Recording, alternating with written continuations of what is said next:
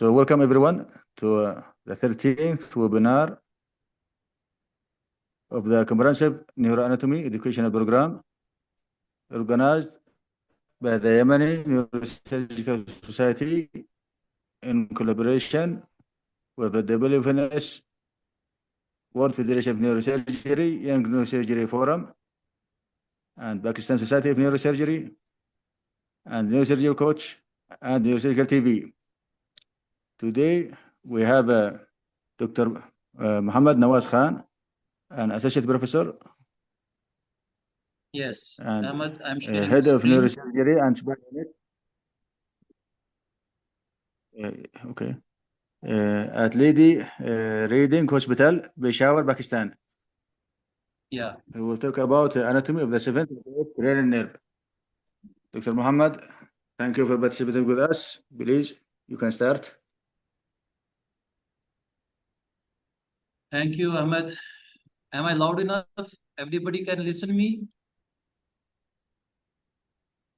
Yes, your voice is very clear. Okay. So, good evening, everybody. Today we are going to discuss 7th and 8th cranial nerve, of course, for neurosurgeons. And we will be discussing the anatomy, a brief overview of the gross anatomy and the microsurgical anatomy, then the radiological anatomy, and the new term which I have written here is neurosurgical anatomy, by which I mean I will be discussing the neurosurgical pathologies of the 7th and 8th cranial nerve and the various approaches which we adopt for dealing these 7th, 8th cranial nerve pathologies. So more detailed at microsurgical and radiological and neurosurgical anatomy, so that if we make it more interesting and useful. As I have said already, gross anatomy, microsurgical anatomy, radiological anatomy, and 7th and 8th nerve neurosurgical concerns will be discussed. First, we will briefly discuss the facial nerve. As you know, facial nerve is actually the nerve for the facial animation, with some of its function related to secretomotor and some sensory function and taste to the anterior part of the tongue. As you can see in the diagram here, let me activate that bit. Okay, I have to. As you can see here, we have 7 nerve nuclei, in which we have this first major facial nucleus. You can see it's a motor part of the nucleus which supply the muscles of the facial expression, the posterior belly of the digastric muscle, the styloid muscle, and stapedius muscle. And but you can appreciate the fibers of this facial muscle go behind and make a loop around the 4th cranial nerve nucleus and then come forward. It has a clinical significance which we will be discussing later. We have another nucleus of superior salivary nucleus here, and the spinal trigeminal nucleus, a part of it is involved in facial nerve, and another nucleus is the solitary nucleus, which is also involved in the tail.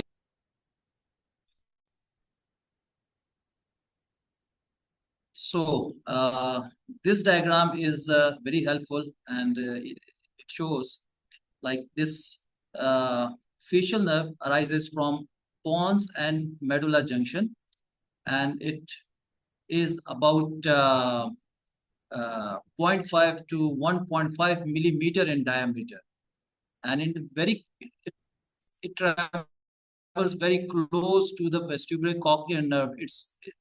It just looks like a single nerve by naked eye, and it travels into the this CP angle and enters into this. You can see the internal auditory canal.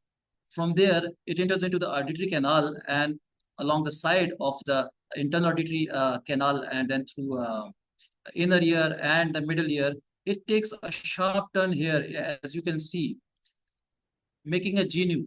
And this genu is actually the geniculate ganglion. You can see here labeled as a geniculate ganglion.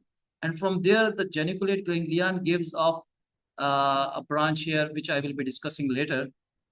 But after taking this turn, the nerve curves back here and enter into the facial canal and take an exit at stylomastoid foramen, which is behind the ear and in between this mastoid of process of the skull.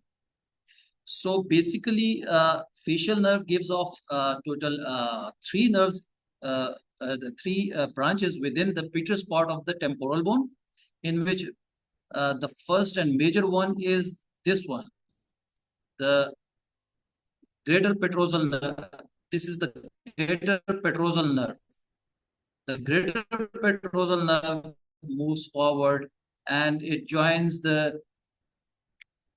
this pterygoparietal ganglion and gives supply to the eyes and the lacrimal glands of the eyes and the nose, lacrimal and some of the salivary glands of the palate. So these are basically secretomotor fibers which are being given through this greater petrosal nerve. The second branch, which is being which arises within the petrous part of temporal bone of the facial nerve, is the and is that's important. Its importance is like when we have a patient with a Bell's palsy, so he also complains of some problem in his hearing.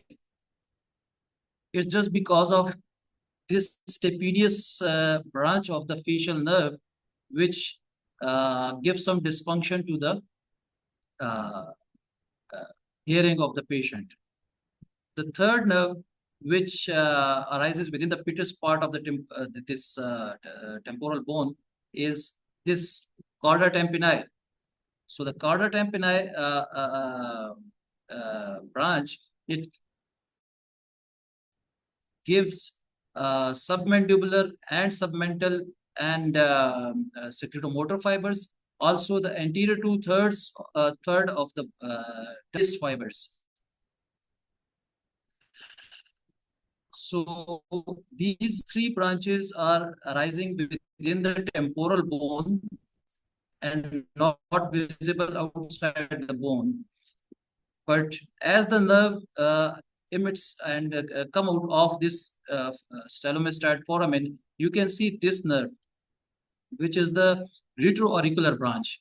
And this retroauricular branch gives supply to this rudimentary muscle, which is more active in primates, involved in movement of the ears, but it's not possible in the human.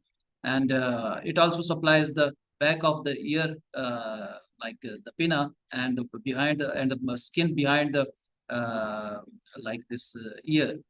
It also supplies the external auditory canal as well. It also this branch gives one small rudimentary branch to posterior belly of the digastric muscle and omohyoid muscle. After it, the muscle, the nerve emerges, it moves forward to the angle of the mouth and it enters into the parotid gland and divides the parotid gland into two, the superficial part and the deeper part. And there it gives 5 branches. As you can see, this first branch is the zygomatic branch. The second one is this temporal branch. And the third one is the buccal branch. And fourth one is this marginal mandibular branch. And the fifth one is cervical branch. So totally this facial nerve gives 3 in the intrapetrosal branches, 1 at the exit branch, and 5 terminal branches. So this is all about the gross anatomy of the facial nerve. As you can see here, this is the cross-sectional anatomy of the pons. You can see it's a pons. These are peduncles, on the sides, and it's the fourth ventricle, you can see. So I want to show this facial nerve nucleus, which gives off fibers, as I had shown you in the previous image. They curve back and they take a turn around this fourth nerve nucleus, abducent nucleus, and it makes a bulge inside the floor of the fourth ventricle. This is the fourth ventricle, this bulge here, which is called facial colliculi.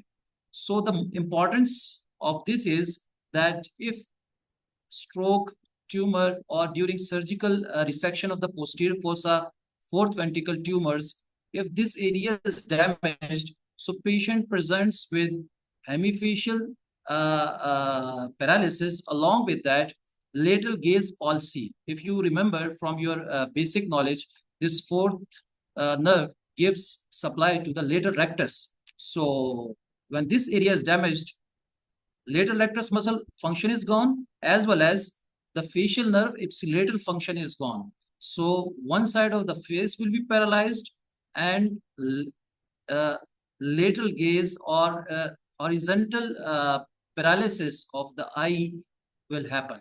So this is important thing to remember. It's an important anatomical landmark. Now, you can see this is the real time. This is MRI of the patient. The pons can be visible. This is the peduncle, inferior peduncle, the fourth ventricle, and the floor of the fourth ventricle. This is the facial colliculus, the facial nerve nucleus, and the abducent nucleus. So if any damage here occurs, patient will not have only one side of the face paralyzed, but also the horizontal movement of the eye will also be gone. This is a very beautiful picture. As I have discussed, the facial nerve goes along the vestibulocochlear nerve. It is so close that both nerve complexes on naked eye seems to be a single nerve. So here we are discussing vestibulocochlear nerve, but you will see the facial nerve as well in this picture. And please focus on this diagram. It is going to clarify the entire nerve complex. The vestibulocochlear nerve is composed of two nerves, actually, vestibular part and the cochlear part. As all of you know, cochlear part is involved with the hearing of function, and the vestibular part is involved with the balance and vestibular function of the body. Needless to discuss here, like the vestibular nuclei here, as you can see, it has four nuclei. The medial vestibular nuclei, lateral one, right? And here, the cochlear nuclei are two: anterior cochlear nuclei and the posterior cochlear nuclei. So if you focus on this diagram,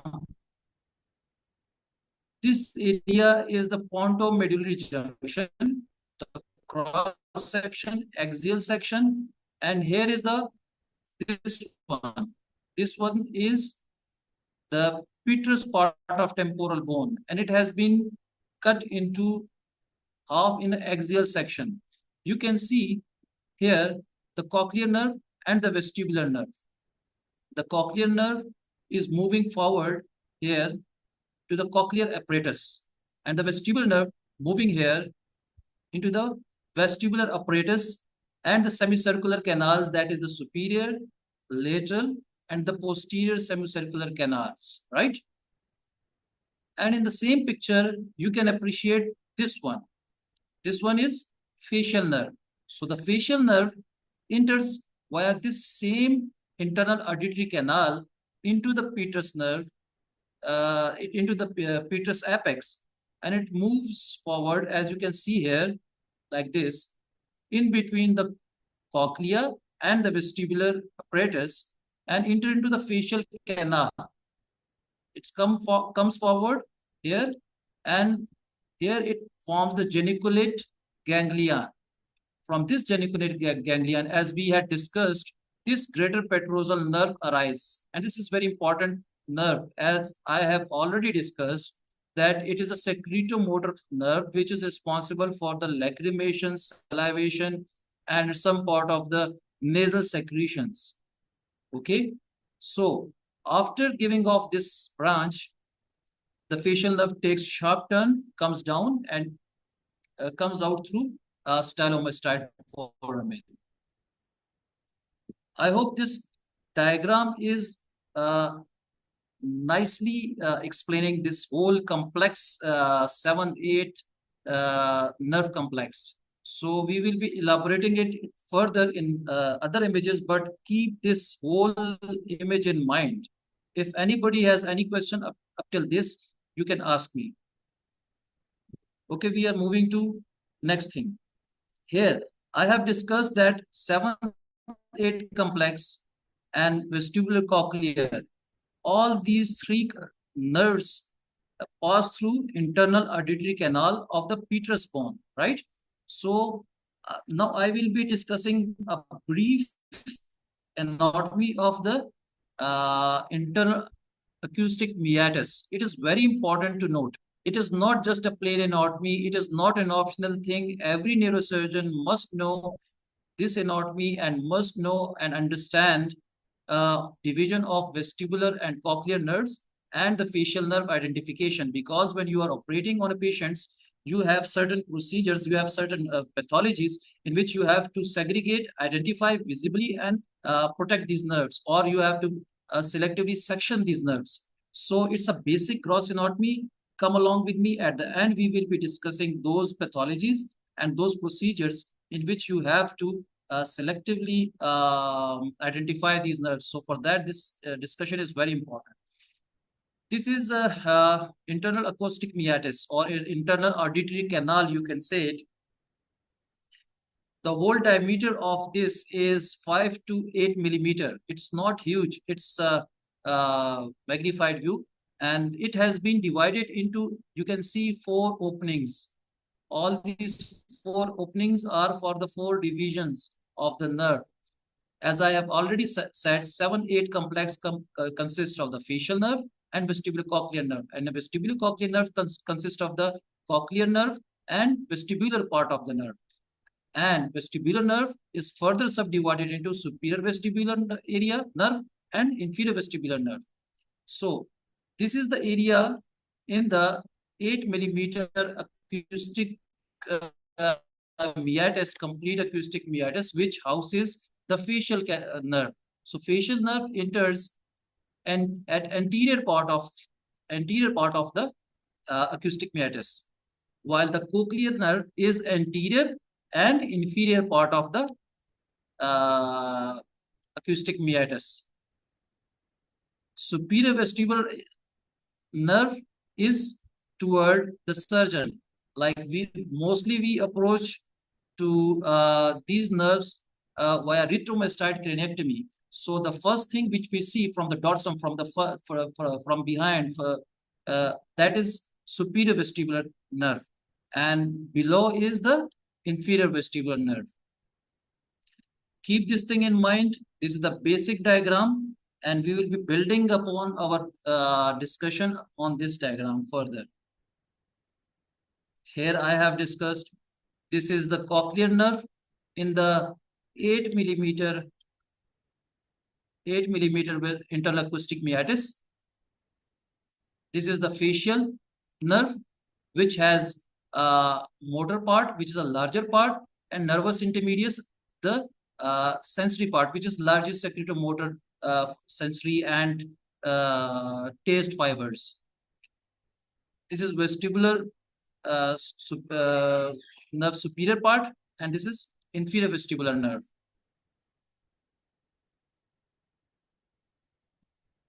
Now, please focus on this diagram, this video. I have a short video.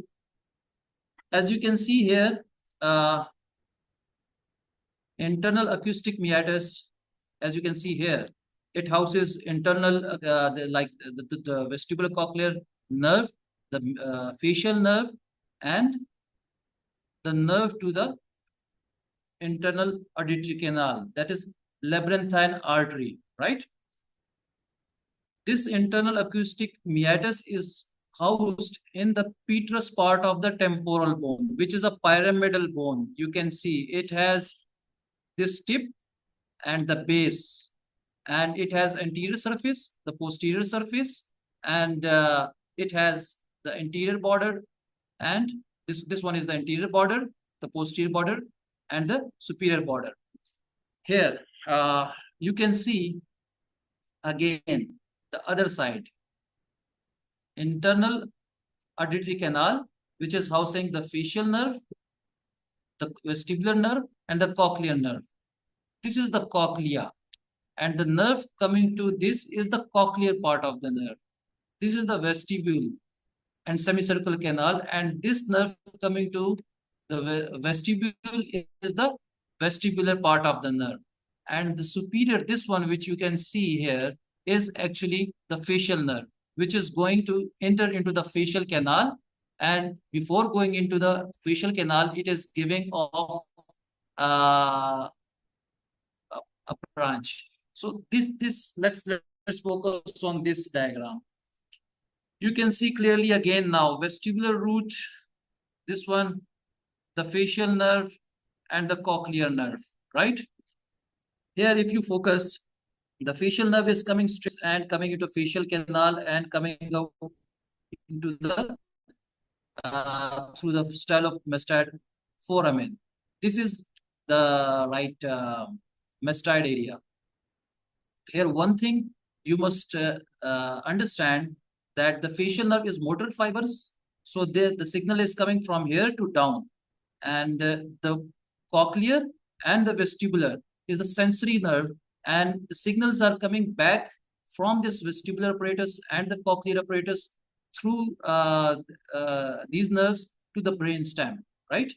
So here I have another diagram in which the beautiful picture of the distribution of the cochlear nerve to the cochlea has been shown. Let me show you this one. This is a very beautiful diagram. Let me freeze it. Let me freeze it if I can. Okay, here you can see vestibular root coming here, and it has been supplying this vestibular apparatus, and the cochlear part, which is richly supplying this cochlea, which is a miraculous apparatus linked to hearing of, right? I think I have drawn too much lines. I have to erase it somehow. Yes, like this. Okay.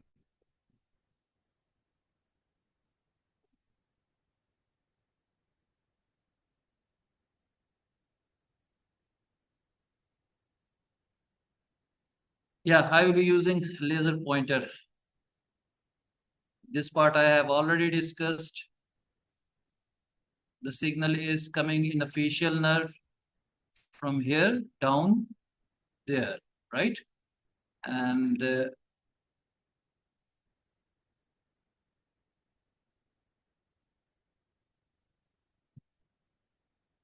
yes, the sensory signals from the vestibular and the cochlear coming back to the brainstem, to the vestibular nerve and the cochlear nerve.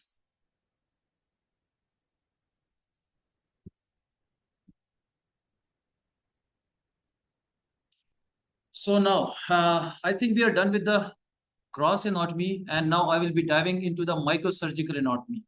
Microsurgical anatomy, before going into the microsurgical anatomy, I want to make concept. I have some of my residents. So I will start from the basics of the microsurgical anatomy of 7-8 nerve complex. So you won't be understanding 7-8 nerve microsurgical anatomy unless you know its vicinity, right? So 7-8 complex lies in the cerebellopontine angle. Cerebellopontine angle, as you people know it, and you should know it, that it's a pyramidal shaped area, which is a potential space in between medially the cerebellum and the pons and the parts of the brainstem, and laterally the parts of the petrous part of the temporal bone and the occipital bone behind, and superiorly by the tent, right? It's a potential narrow area. It houses the parts of the brainstem, the midbrain, the pons, and the medulla oblongata. And it has some very important nerves and arteries, which you all people might know and should remember. Like it houses the cranial nerves from 4 to 11, and it has 3 important arteries: that is the superior cerebellar artery, and the anterior inferior cerebellar artery, and the posterior inferior cerebellar artery, the SCA, which we commonly say SCA, ICA, and PICA. Okay, to understand it easily and to memorize it easily, Professor Rotten has divided this into 3 complexes. We will call it superior complex, middle complex, and inferior, one part of the brainstem, and some nerves, and 1 artery. Okay, so focus upon these 3 complexes. In the upper complex, we have the midbrain, and we have the 4th and 5th cranial nerve, right? And we have superior cerebellar artery. In the middle complex, we have the pons, and we have the vestibulocochlear nerve, and 7th cranial nerve, and the 9th cranial, 8th and the 9th cranial nerve. And we have anterior inferior cerebellar artery. In the lower complex, we have the medulla oblongata, we have the pica, and we have the 10th and 11th, 9th, 10th, and 11th nerve. So keep this into the microsurgical anatomy, right?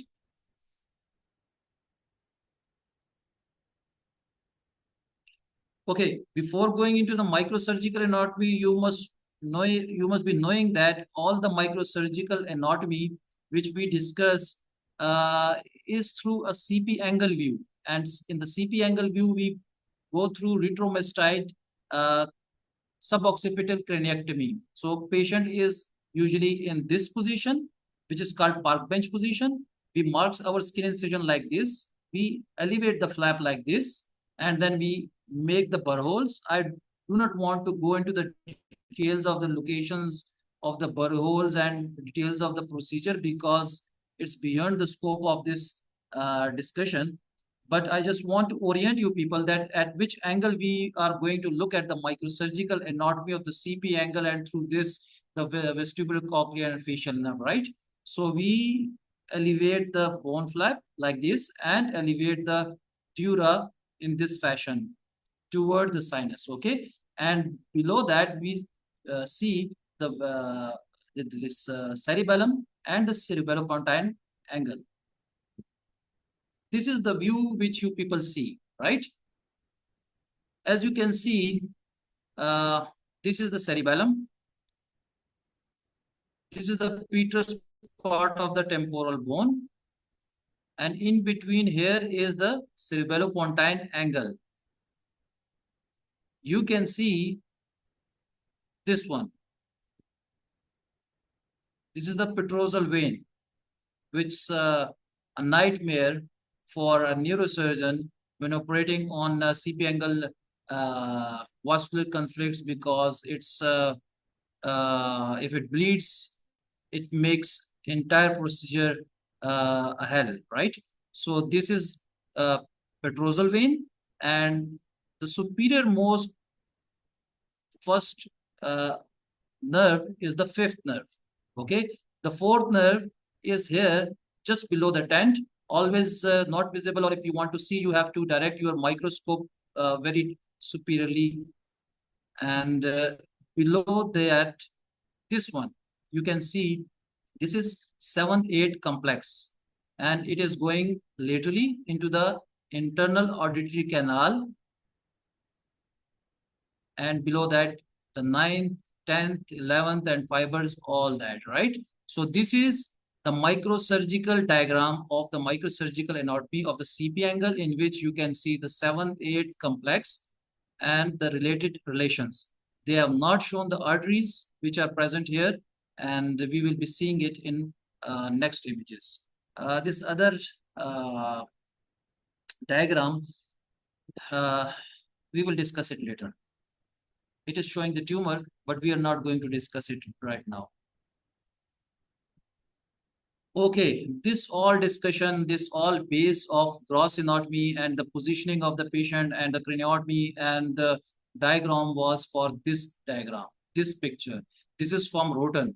As you can see, focus on this diagram. This is the real cadaveric fixed diagram and reconstructed diagram actually.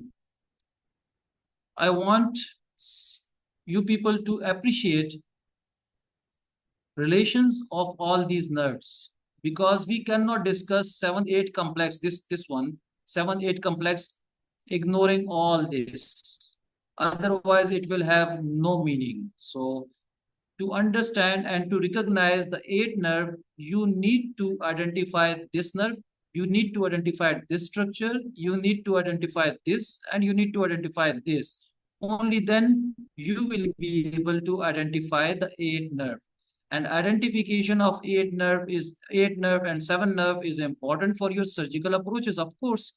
So the pattern which I follow is that start from this superior petrosal vein. Okay, let me orient you. This is petrous part of the temporal bone, right? And this side is the cerebellum, in which the cerebellum has been retracted. You can see flocculus node of the this is the cerebellum part. Okay, so from this you can identify this is the cerebellar part and this is the petrous part, right? So now from this and this orientation, you can appreciate that this is the superior end and this is the inferior end. So in the superior end, you will see tent here, which is not shown here in the diagram. But you can rightly appreciate this petrosal vein. This is I have already discussed. This is very most important structure. You should identify it.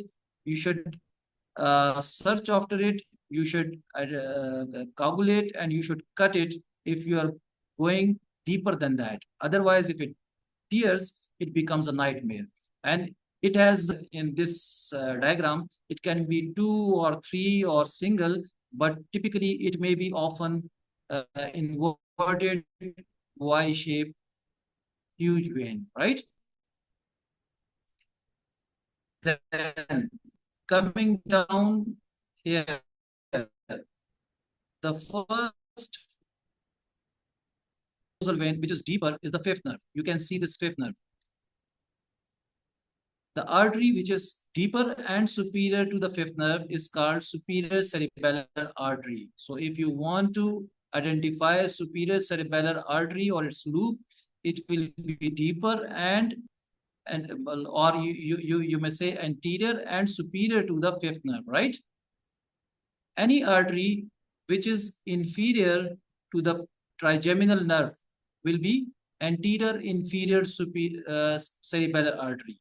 So to identify ICA or SCA, you have to identify the 5th nerve. Artery which is deeper or anterior and superior to the 5th nerve is SCA, and the artery which is inferior and posterior to the 5th nerve is ICA, right?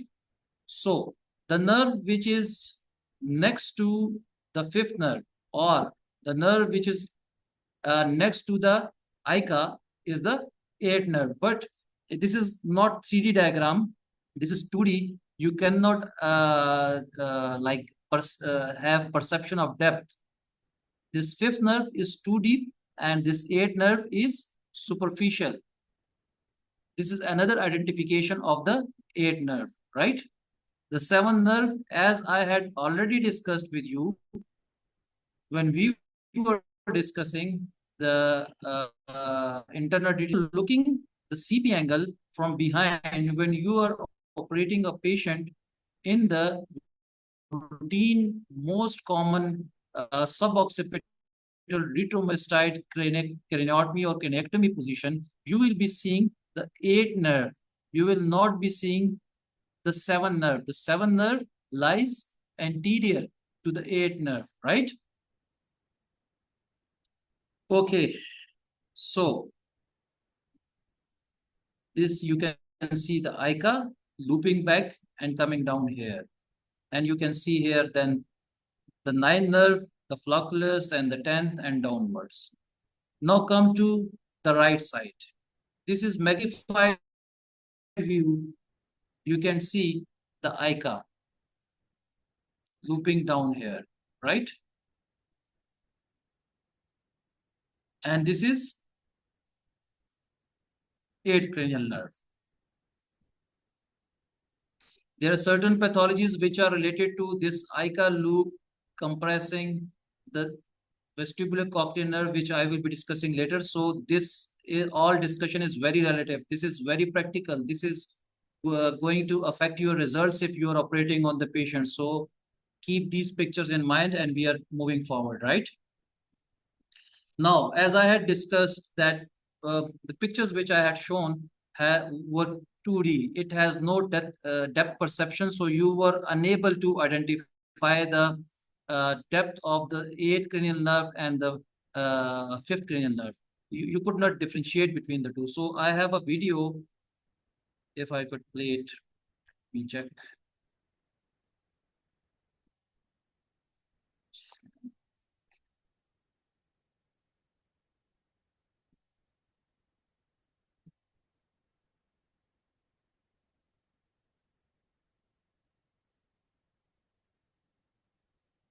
I want to show you this video.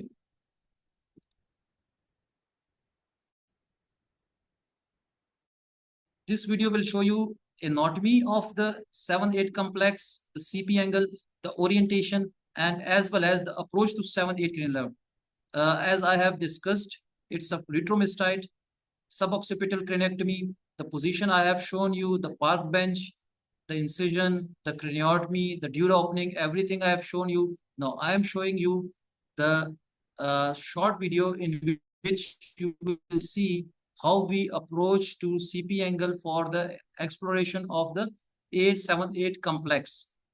This video is basically is of the case of trigeminal neuralgia, but you can see the 8th cranial nerve in the video at one corner. So what we do, we open the dura and we retract the cerebellum to expose the potential space, the CP angle. So now you are seeing the CSF in the cerebellopontine angle, and you can see this part, which is the petrous part of the temporal bone, and this part is the tent, right? This part. You can see some pulsations here. So from there you can identify this is superior, this is medial, and this is the petrous part, and this is the tent, right? Now, after gentle retraction, you will be able to see this one is the petrosal vein, right? And you can see here the arachnoid of the CP angle, right? CP angle cistern here.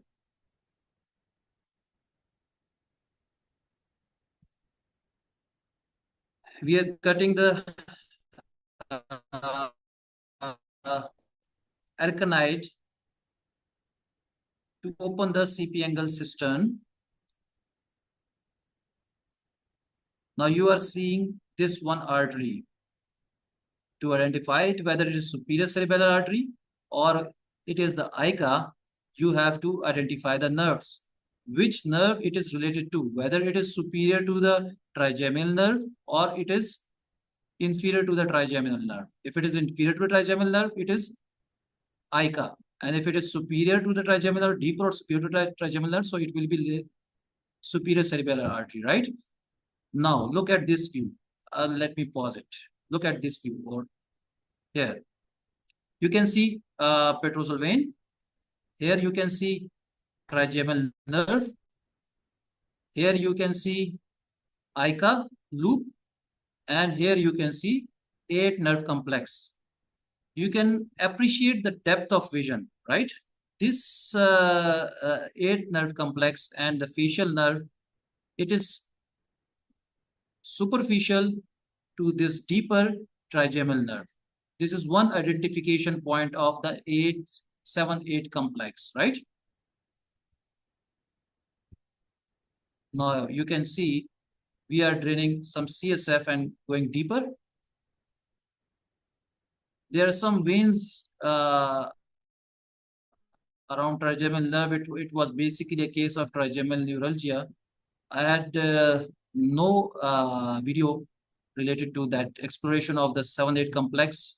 So I had to show you this video. Let me forward it if we could have some.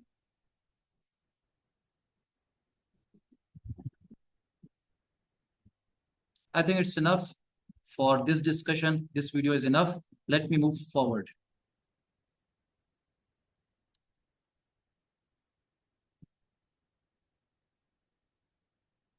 Okay, now this is axial section from Roten.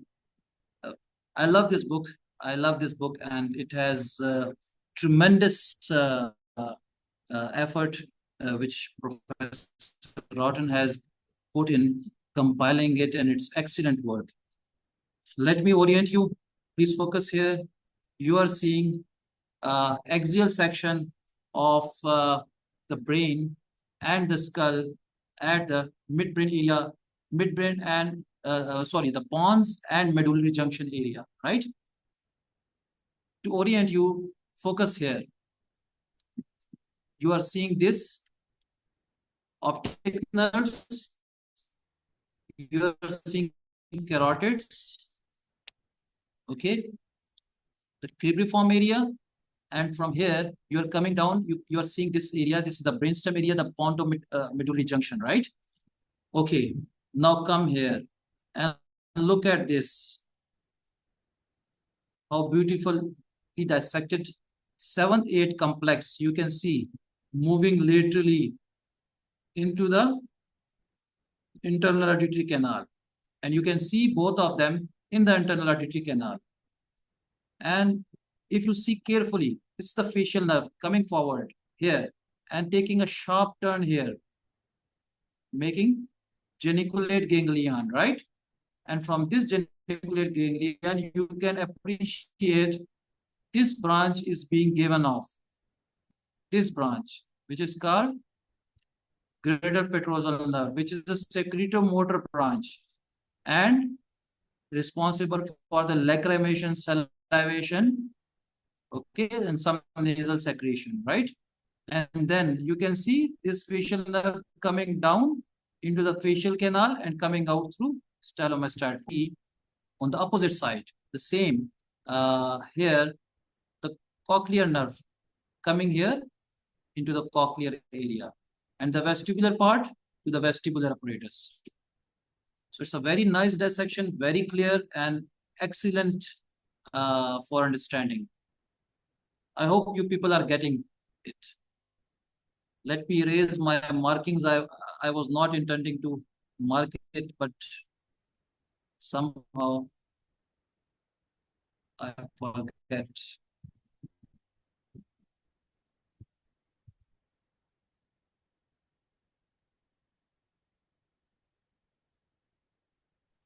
Okay, now I remember I had shown you people one diagram of the internal acoustic meatus or internal auditory canal. This is the real picture, microscopic picture of the internal auditory canal. Remember, I had told you it is 5 to 8 millimeter. It's not huge. It's only 5 to 8 millimeter. Okay. And it has been divided into 4 quadrants or 4 openings. You can see. here anteriorly. Anterior means toward the face of the patient. And this is the posteriorly superior vestibular area toward the back of the patient, toward you, from where you are entering. What you see from here, you see first superior vestibular nerve. And this is inferior vestibular area for inferior vestibular nerve. Here you can see this area, which is the cochlear area. You can see small dots, small fenestrated area. This is called porus oticus. The name is from that this opening is not this clear-cut opening. It has multiple small holes, and the cochlear nerve divides into multiple fibers and enter into it, right? Come to this upper area. This is from Rhoton's anatomy. And you can see the internal auditory canal has been opened. The top of the petrous bone, the apex has been drilled off. And you can see the superior vestibular nerve, inferior vestibular nerve, this one, and the facial nerve inside the internal auditory canal. You people might be getting bored that why we are going in such details of this nerve, but I'm keep telling you each and every point is clinically relevant because this presentation is made for neurosurgeons, and I have omitted all the anatomical details which are not clinical relevant, right? For example, if I ask you the most important tumor which arises from vestibular cochlear nerve is actually vestibular schwannoma, and it arises from inferior vestibular nerve, this one, this inferior vestibular nerve, and actually inside the internal auditory canal, not outside, okay? And initially, when Yasser Gill was doing work on that, it was his belief that the tumor arises outside the arachnoid, but now it has been proved that this tumor arises inside the arachnoid and inside the auditory canal, okay? So some of the details which I want to share, elaborate, I will be building upon it in the next slides, right? So be with me, be focused. Let's move to the next slides. Here, we are done with the microsurgical anatomy.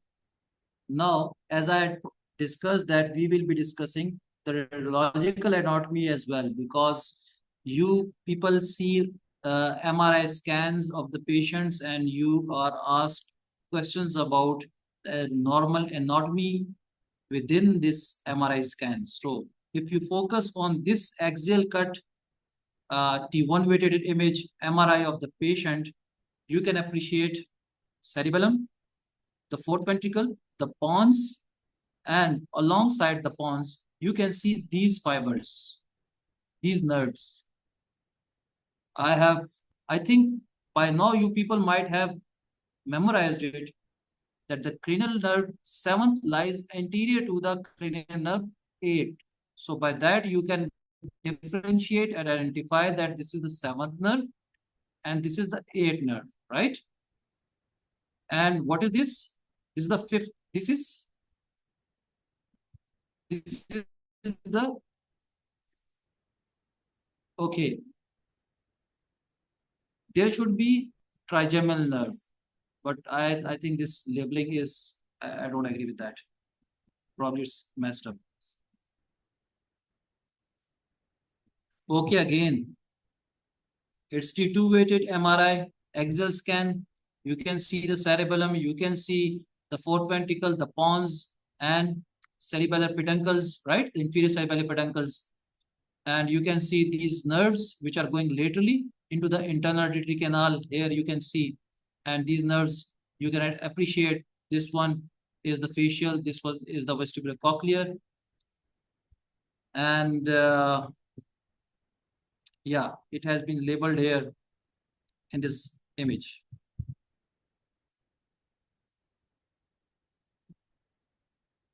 Okay. Now this image is more important.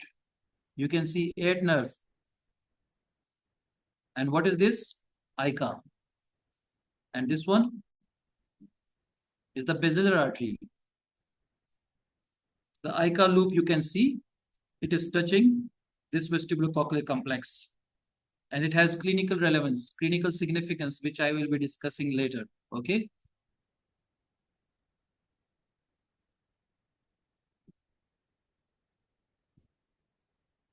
This view you can see somehow in some cases you can see internal auditory canal, intitubated images, sagittal extreme lateral cuts. You can see the left facial nerve, okay, and the superior vestibular nerve and inferior vestibular nerve you can see.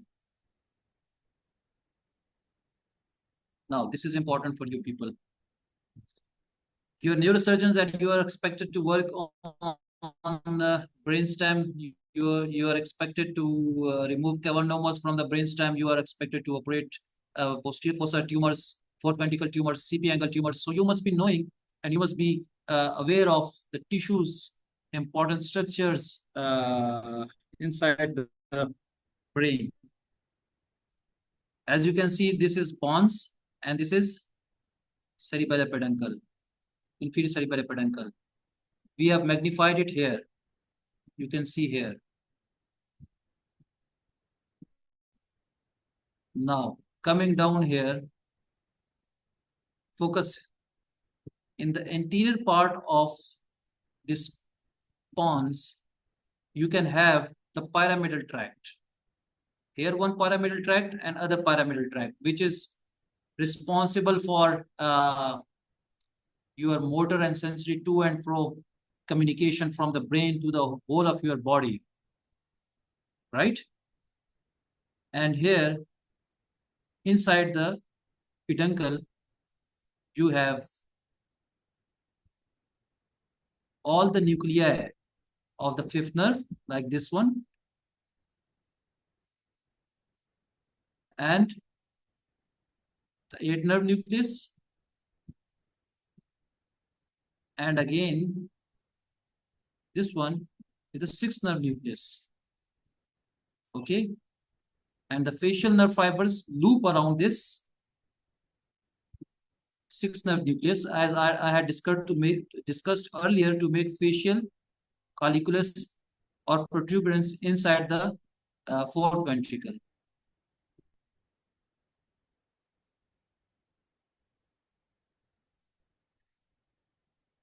Now, coming toward the pathologies, you can see, you can appreciate in these scans. This is T2 weighted axial scan, and here you can see this. What is this? Vestibular schwannoma in the internal auditory canal, which is being dilated, right? It's dilated. The same you can appreciate here and here in the contrast enhanced image.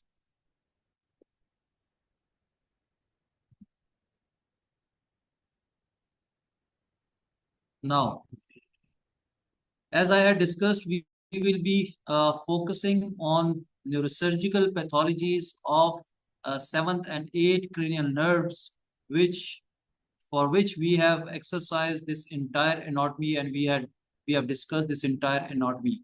And what is the practical application of this entire anatomy which we have discussed? So vestibular schwannoma, you all are aware of, arise from the, in 90% of the cases, inferior vestibular nerve part of the vestibulocochlear nerve, right? And we do microsurgical resection by the approach which I have discussed with you through pictures and through video as well, right? And we have another pathology in which somehow the patient has disabling tinnitus and vestibular paroxysmia.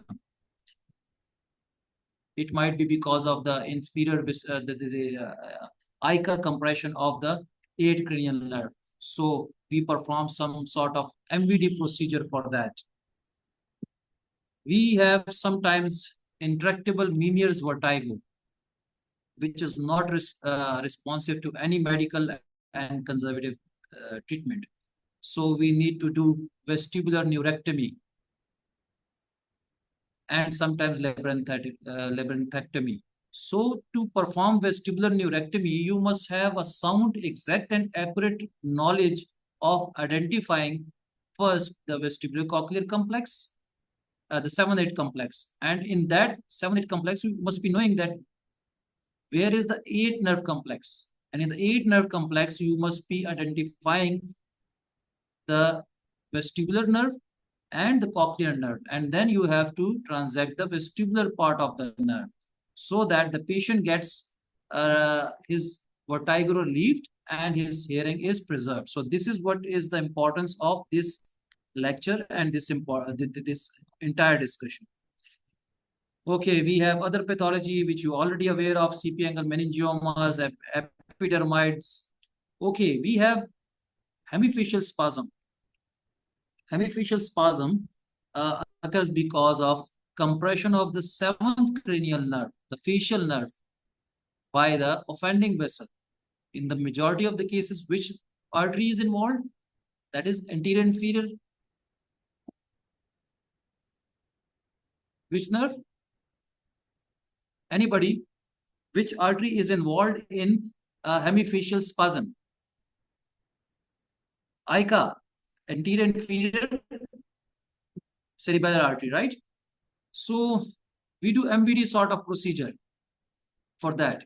So in all of my discussion, I stressed upon that you must be aware of CP angle, its orientation, its boundaries, its structures, its identification of 5th nerve, 7-8 complex, superior cerebellar artery, anterior inferior cerebellar artery, and the pica, so that you accurately identify these pathologies and you are able to cure the patient at some point of your career. Then we get facial schwannomas, facial nerve schwannomas, in which you have to excise the facial nerve schwannomas, and there is some people are doing grafting as well, which is a very difficult task, but they are doing it. Okay, parotid tumors we do not operate. Bell's palsy I have discussed.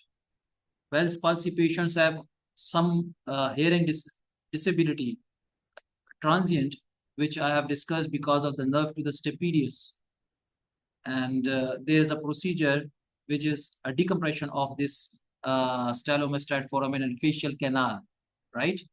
So this is why the complex picture which I have shown you people, which was of course a bit difficult and boring, in which the nerve was going straight, making a genome, and then turning back, and then coming down in the canal and coming down.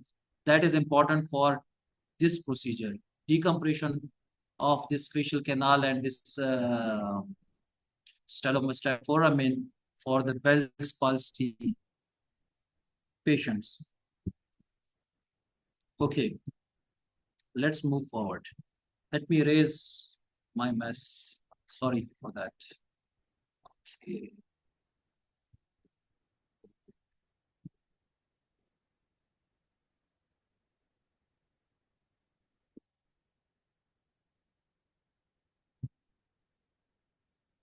Now, let's see this picture.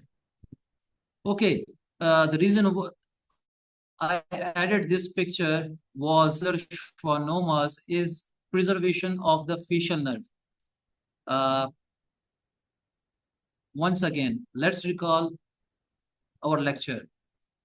We have discussed that vestibular schwannoma arise from the intracanal part of the inferior vestibular nerve of the vestibulocochlear nerve, and it grows medially into the CP angle.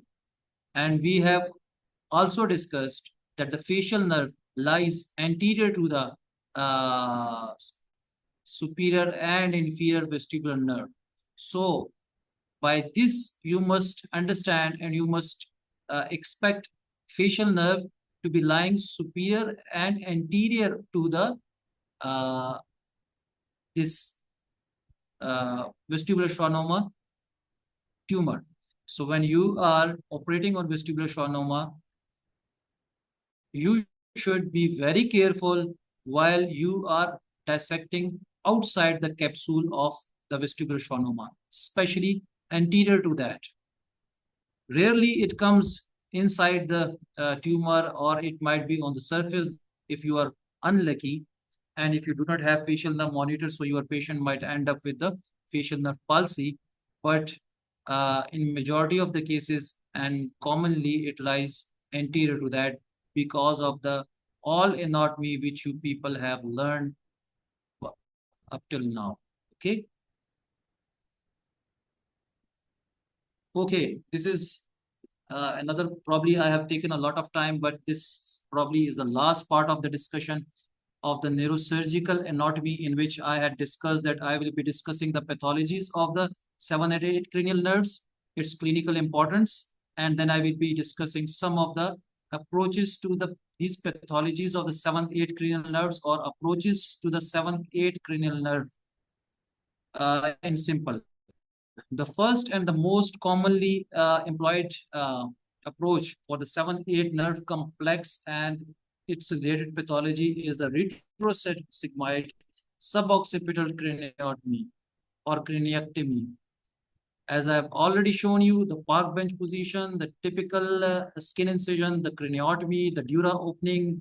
I have shown you the video. It was all about the retrosigmoid craniotomy and approach. And if I can give you a tip, what I do in these approaches, that after opening the dura, it's not a simple thing. The brain is always very aggressive, especially in the tumor cases, or if it's a young patient. So it does not give space to you that you easily go into the CP angle. So what I do, I first go into the, direct my microscope downward toward the foramen magnum, and I drain the cisterna magna. And from there, I get some CSF, and my brain becomes a bit relaxed. After that, I get some space and I retract the cerebellum. I go into the CP angle, and there as I have shown you in the video, I drain some CSF from the CP angle cistern. After draining these two cisterns, the brain goes relaxed. The cerebellum goes away from you, and you get ample space to enter into the CP angle cistern, and the cisterns really becomes a pyramidal space in which you can work. Then what I do to orient myself that where I am, I look up, or I direct my microscope a bit upward to identify the tent. I feel the tent. Then I go along the tent a bit deeper in the petro tent corridor. I go in deeper there, and I find the petrosal vein, right? So when I identify the petrosal vein, I mostly operate on trigeminal nerve patients. So I coagulate and I cut, and after that I go deeper to the petrosal vein, and I find the trigeminal nerve. From there, if I want to look at 7-8 complex, so it comes downward and superficial.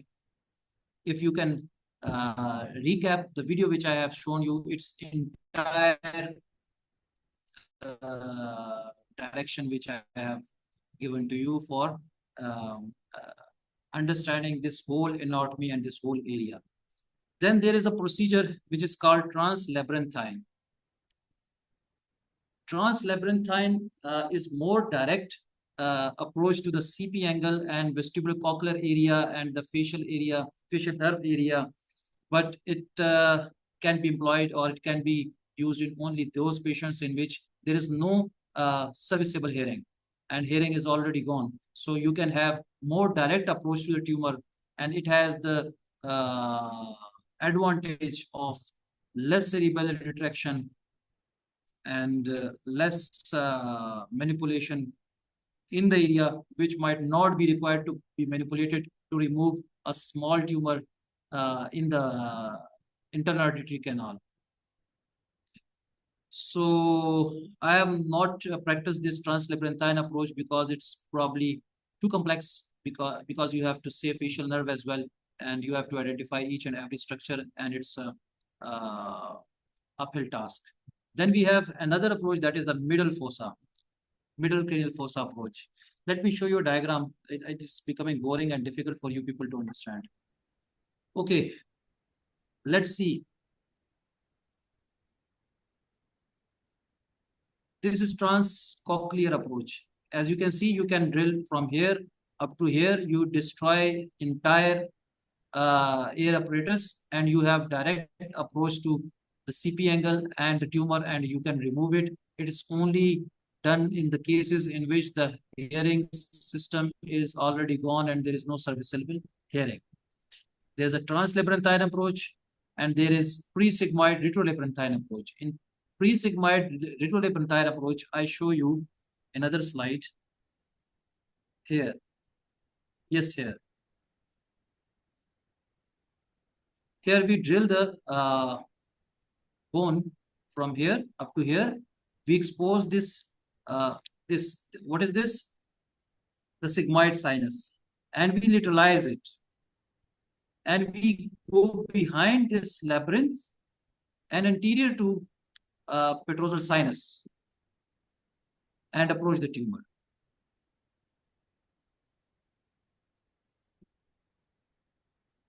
This is subtemporal approach. The position of the patient, the key, this question mark incision and this craniotomy, and you can see the dura is lifted, and then the base of the temporal bone, the petrous part of the bone is approached, and from there to the apex, and apex is drilled, and it's a big procedure, but is favored by some surgeons. Thank you. If you have any questions, please feel free to ask.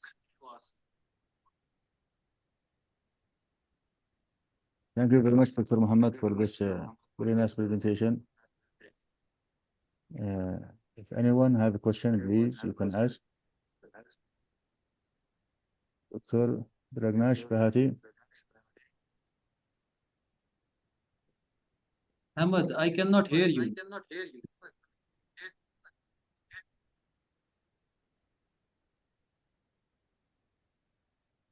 Can you hear me now, Doctor? Yeah, now I can hear you. I don't know what's the problem, but I have some issue with my computer. So I use my phone for sound and my computer for video. So I hope you apologize me. Dr. Prakash Bahati, I think you have a question, please. Can anybody talk so that I just check my system whether it's a problem with my system, my speaker, or it's issue with the Ahmed side? Anybody, please? I see here Dr. Pragnesh. He's raising his hand, but he's not responding. So if anyone have any question, please, you can ask either in the chat or raise your hand, and I will unmute you to ask directly.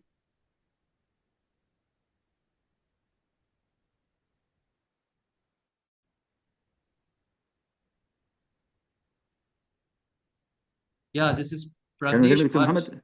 Is my voice clear? Pragnesh, but he want to ask a question.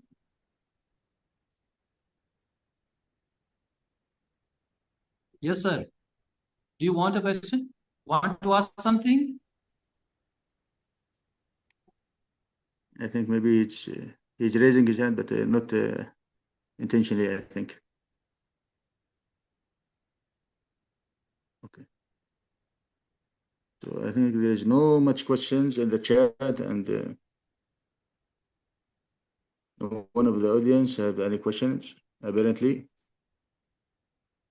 So, Dr. Muhammad, I thank you for this thorough and very comprehensive presentation.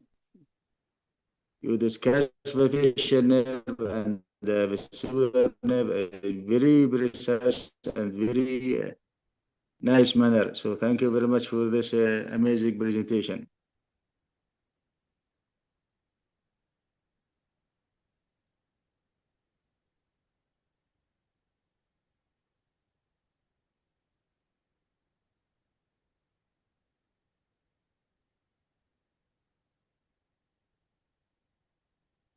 Yes, Muhammad, can you hear Prakash me? Bhatt has corrected me. 6th nerve nucleus, not 4th. Yes. Yes, thank you for that.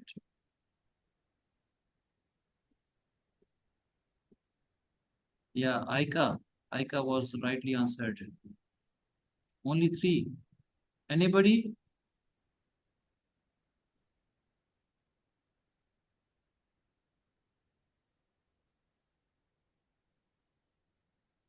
I don't see When there is any no questions here in questions, the it chat. means Maybe either they're sending everything you understood or directly. nothing at all. No, it's a very nice presentation. I think everything was explained very nicely and very thoroughly. Okay, let me ask questions from my residents. We have some of my residents here. Let's see whether they were following me or they were. Okay, I have Nafis, Dr. Nafis.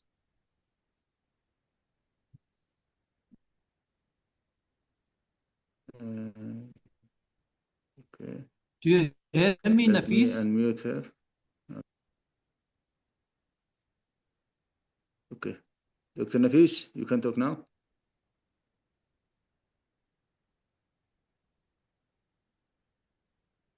Okay. There is a chat. Somebody has written, host is not allowing voice. Who is the host? What? If you can unmute all, please, so that we can discuss it. Okay, I think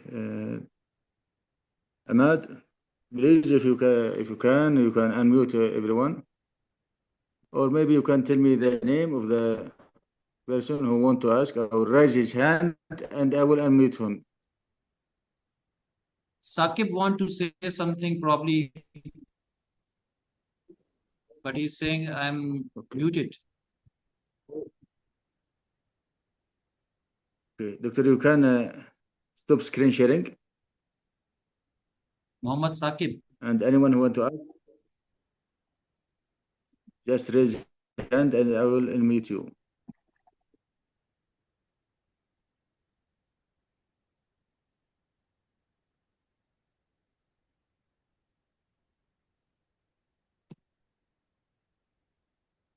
I think we should end the session if there are no questions. Ahmed? Okay, that's also good.